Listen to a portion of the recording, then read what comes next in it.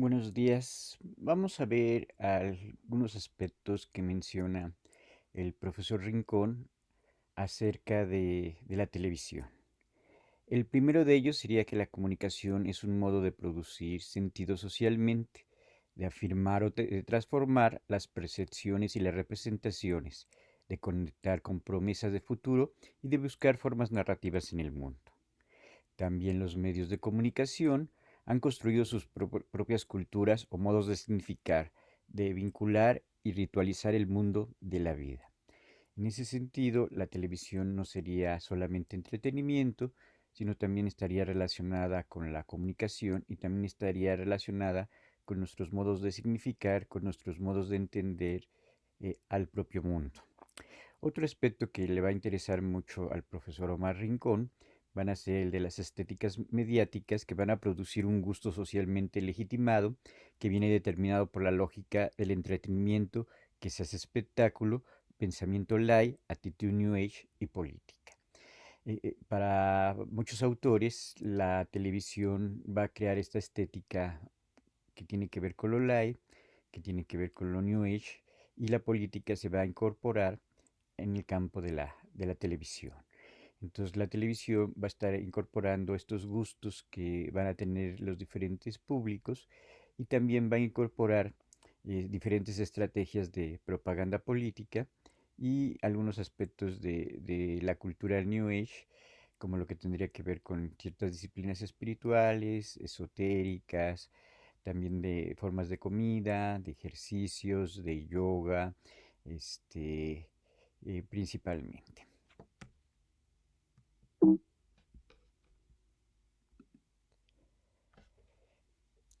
Para Rincón va a ser muy importante esta voluntad de narrar. Esta voluntad de narrar estaría en las personas, estaría en los diferentes grupos sociales y estaría principalmente desde las culturas más antiguas, está esta voluntad, este impulso que nos lleva a la narración. La narración también nos llevaría a actuar. La narración es importante porque va a configurar nuestra memoria y todavía más importante va a conformar nuestra identidad. Esa identidad que tenemos de grupo, de sociedad, de cultura y nuestra propia identidad personal. La narración está articulando el pasado, el presente y el futuro. Es decir, nos está contando de dónde venimos, qué estamos viviendo en este momento y hacia dónde vamos. La narración también estaría cumpliendo otra función, que sería la de ordenar, articular y significar este caos que habitamos. Contiene el origen del sentido y la finalidad de nuestra experiencia. Nosotros nos entendemos, nos comunicamos, sociabilizamos a través de la narración. Gran parte del día estamos narrando. Entonces la narración es importante porque forma parte de nuestro hacer cotidiano, de nuestro hacer como memoria y de nuestro hacer como sujetos. Otra pregunta que se va a hacer Rincón es cuáles serían las diferentes funciones que va a cumplir la narración.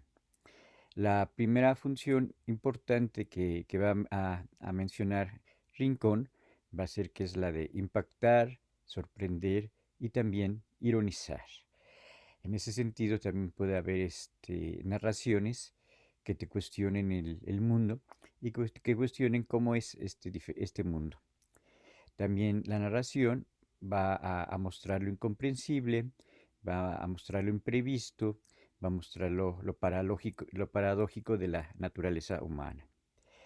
También la narración explica el origen de los hombres, explica las características de las diferentes cosas. En ese sentido, la narración también sería una forma de conocimiento que nos conecta con el universo. También mediante la narración se transmiten diferentes enseñanzas acerca del otro. Nosotros nos identificamos con ciertas características y al otro le vamos a dar otras diferentes características. También se puede narrar para jugar o entretenerse. Esto era como muy común en la década de los 60 y en la década de los 70, que los niños jugaban en la calle o que los niños jugaban en su casa y que no eran tan mediáticos, no tenían tanto teléfonos celulares. Entonces muchos de estos juegos, muchas de estas canciones tenían un alto contenido narrativo.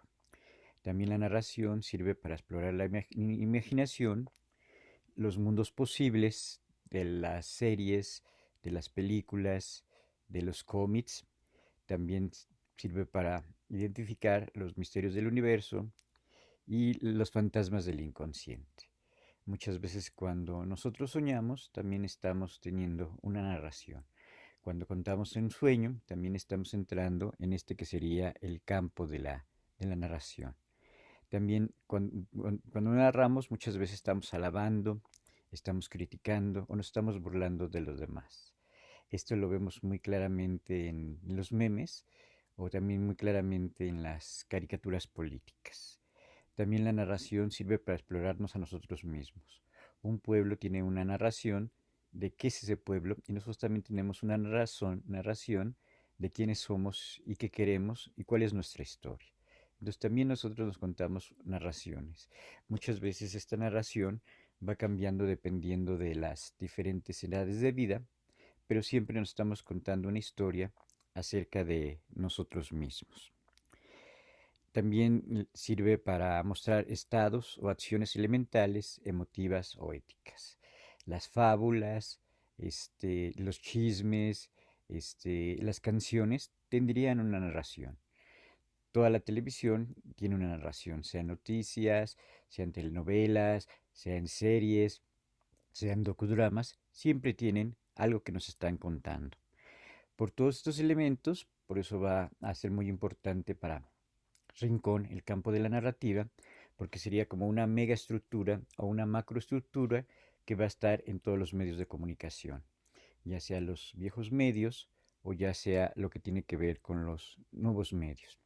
Y otro punto que le interesa muchísimo a Omar Rincón sería el de los arquetipos, el de los símbolos y el de los mitos. Entonces las narraciones siempre tienen este trasfondo simbólico, este trasfondo mítico que está relacionado con la memoria, que está relacionado con las culturas antiguas, que está relacionado con los orígenes de estas culturas nacionales.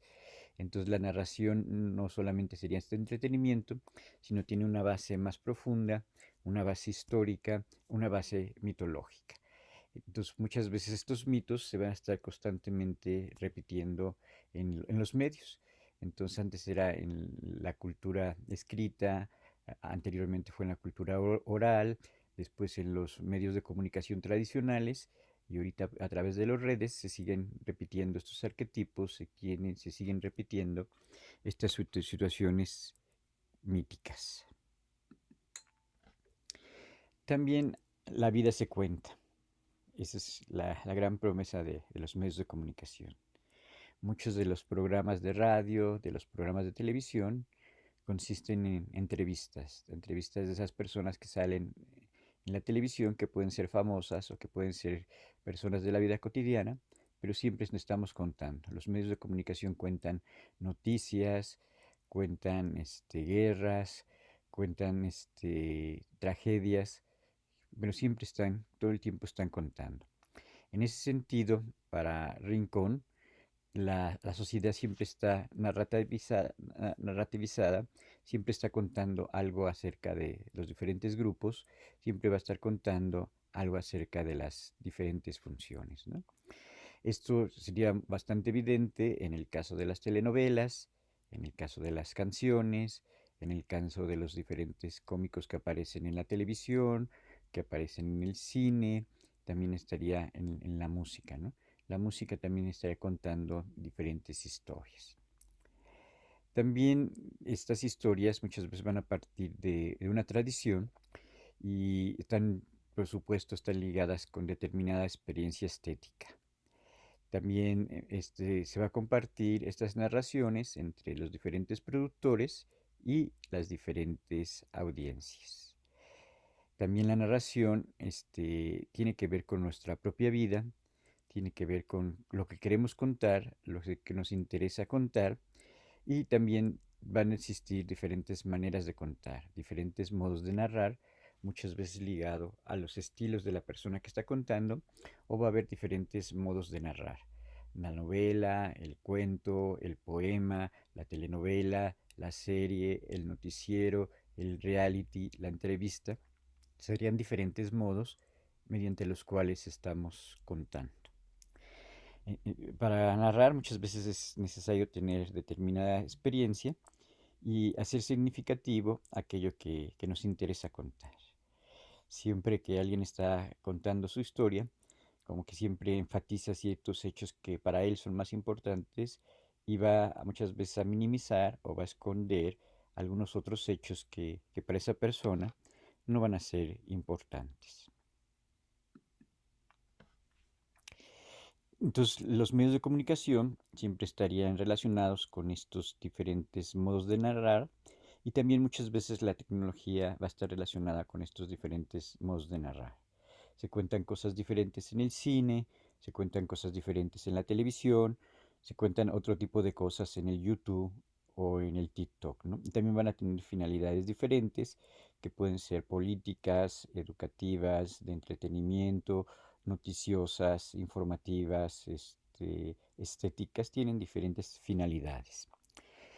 Siempre va a haber diferentes fabuladores, diferentes contadores de lo que sería la vida cotidiana. Entonces, esto que se cuenta, ahora los principales medios para contar van a ser los viejos medios de comunicación y todo lo que serían las redes nuevas de comunicación y van a formar toda una cultura mediática y cuyo centro sería la parte de la narración, la parte narrativa, de hacer narrativo el mundo, de hacer narrativo la propia vida. También los medios de comunicación tendrían diferentes maneras de narrar y narrarían diferentes cuestiones, ¿no? La industria cultural, el disco, las redes, el YouTube, el WhatsApp, todos estarían tratando de contar y habría como narraciones más sintéticas, como podía ser el caso del Twitter, o podía haber narraciones muy grandes, como sería una serie de muchos capítulos, o estos diferentes youtubers que van a dar una narración, que van a contar una historia durante una hora, hora y media o hasta 2 horas, ¿no? En ese sentido, también los nuevos medios estarían sirviendo a la educación y también una clase, dice Omar Rincón, se está narrando determinados personajes, determinados conceptos, determinadas categorías. Luego se va a hablar acerca de la política y va a decir que la política va a existir en esta sociedad narrativa que está en los medios de comunicación. Entonces van a construir nuevos relatos, relatos del desarrollo, relatos de promesas políticas, sobre el control, sobre la democracia, sobre las redes, sobre los flujos financieros, sobre la cultura, sobre los mercados o sobre determinados conocimientos que pueden estar de moda en determinado momento. Entonces, casi todas las diferentes disciplinas se estarían contando en el caso de la televisión. Algo que menciona Rincón es que la televisión va a absorber diferentes medios, va a absorber diferentes relatos y estos van a pasar por la televisión. Entonces van a pasar películas, van a pasar series, van a pasar realities, van a pasar noticias. Entonces la televisión es como que engulle muchas formas, muchos modos de narrar, de contar, y estos modos van a entrar al caso de la televisión. Bueno, aquí vendría otro aspecto muy, muy importante, que sería que la narración es una forma de convertirnos a nosotros y a los otros en historias, en narraciones que se van a hacer principalmente de la vida cotidiana, pero que también puede ser de cosas del pasado. Algunas características que va a tener la narración es que nosotros somos relatos, vamos a producir de nosotros mismos como sujetos y como culturas. Y una forma de producirnos a nosotros mismos como sujetos y cultura sería a través de la narración, ¿no? Entonces nosotros tenemos así determinadas narraciones de cuál fue nuestro origen, que se llegó, creo que al lago de Chapultepec y había un águila con una serpiente y que poco a poco fueron construyendo chinampas y poco a poco fueron construyendo un imperio que sería el imperio azteca, ¿no? Entonces tenemos estas narraciones de fundación. También la narración sería como una estrategia para sobrevivir, para imaginar la vida y para imaginar quiénes somos nosotros.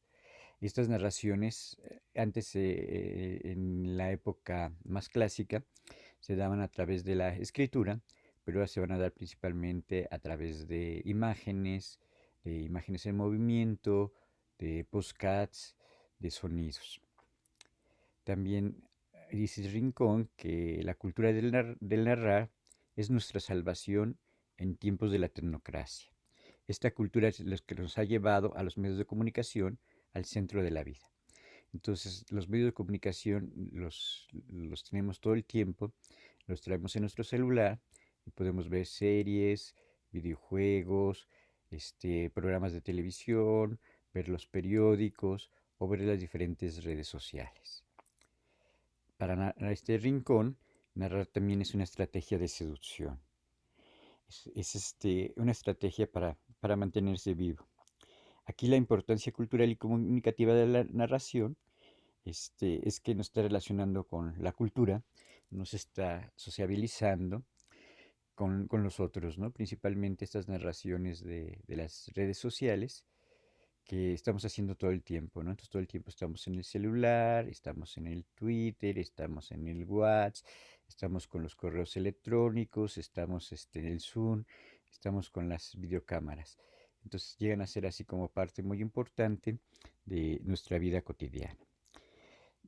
También dice Rincón que desde siempre hemos desconfiado de los discursos que no nos comprenden y explican a partir de razones, porque poco han logrado decirnos de cómo somos.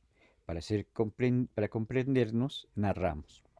Entonces una forma de explicarnos, una forma de entendernos es a través de la propia narración. Dice Rincón, siempre que buscamos explicarnos, nos convertimos en historias. Narramos.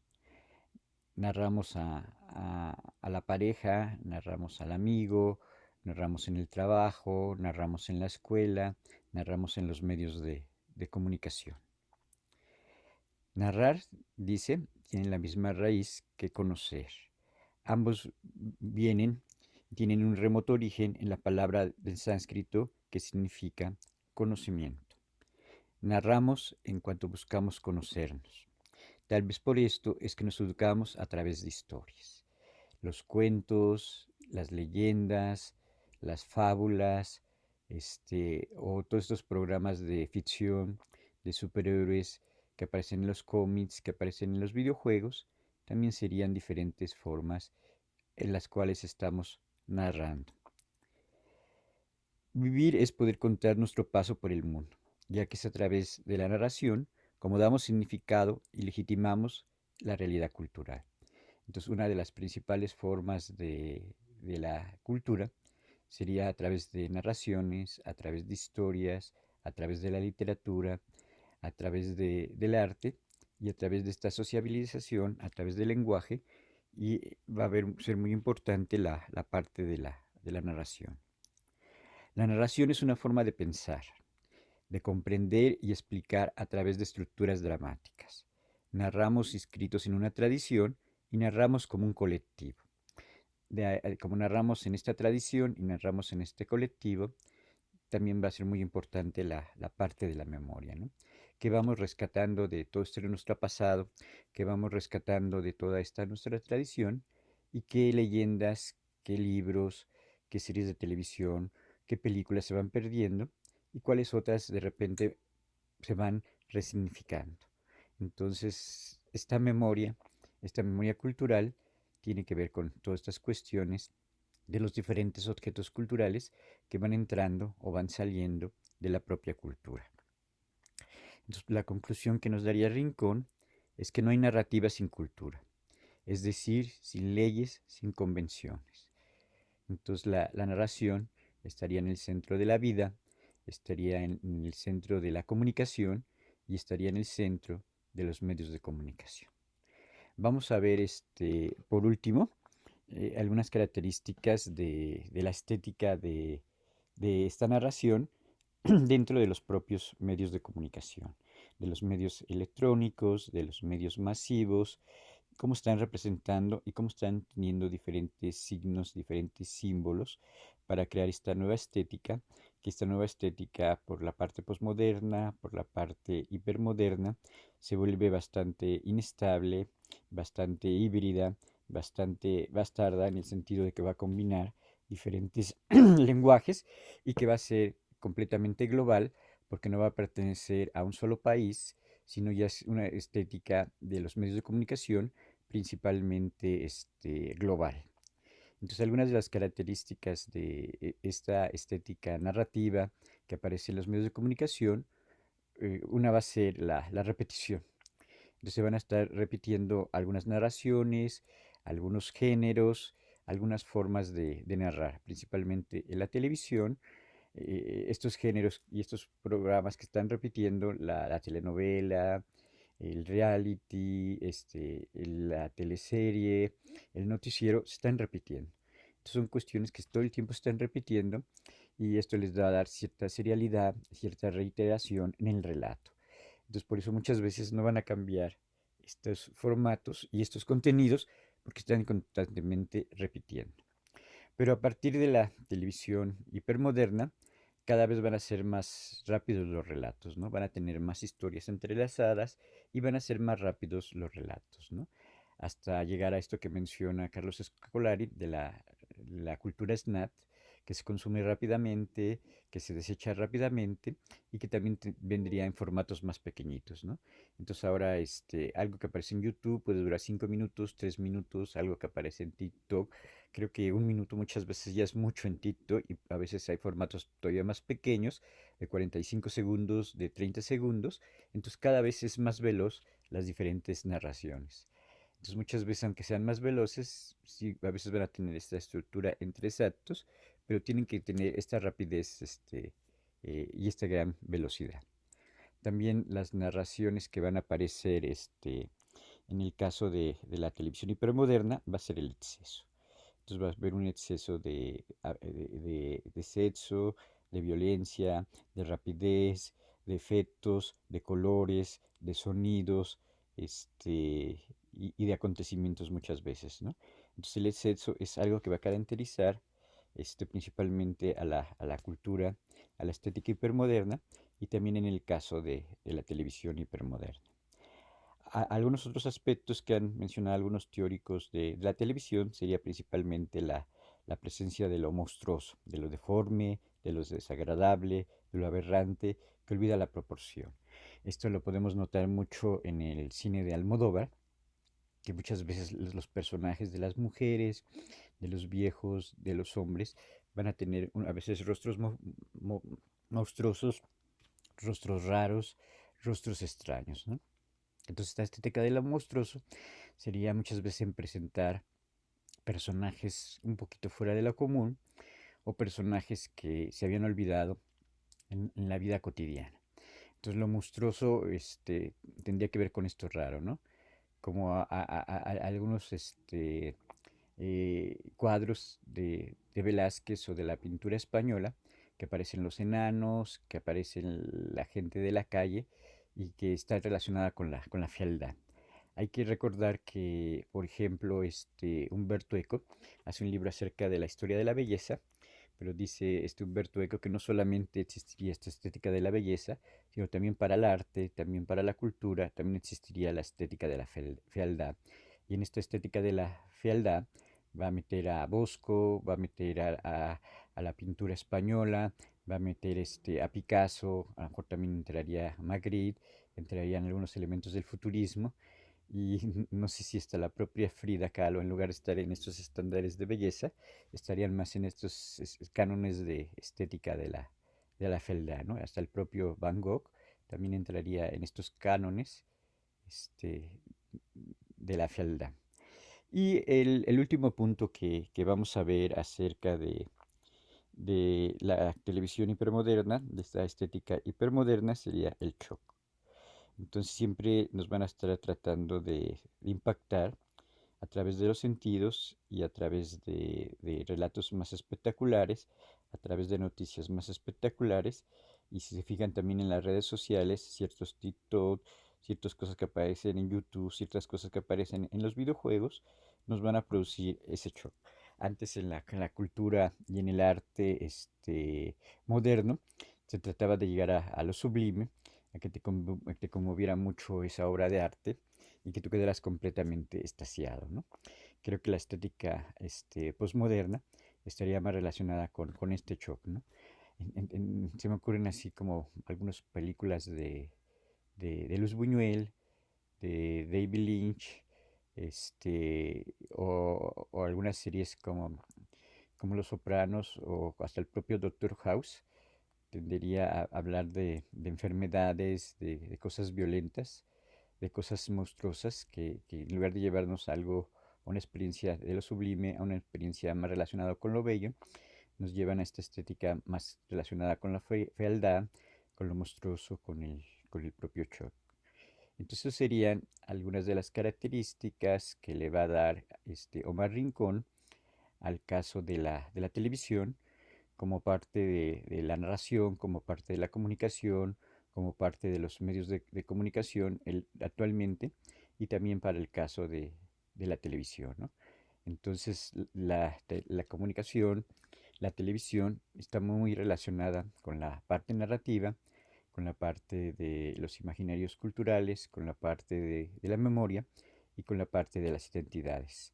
Si nosotros tomamos en cuenta todos estos aspectos, aquí se estaría viendo la televisión, sí como un factor muy importante, su función de entretenimiento, pero también estaría su función cultural en el centro de esta cultura más mediática, que tiene su propia estética, que permite la entrada de la política, pero que también está en una sociedad un poquito más paranoica, en una sociedad que cree más en la velocidad y que cree más en estas narraciones cada vez más cortitas y cada vez más rápidas. Bueno, eso sería todo en el caso del resumen de Omar Rincón. Muchas gracias.